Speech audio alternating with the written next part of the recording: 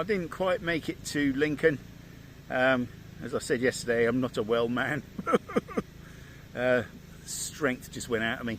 So I've stopped at a place at a campsite, £10 per night. It's called Riverside Gardens, and it is quite literally next to a river.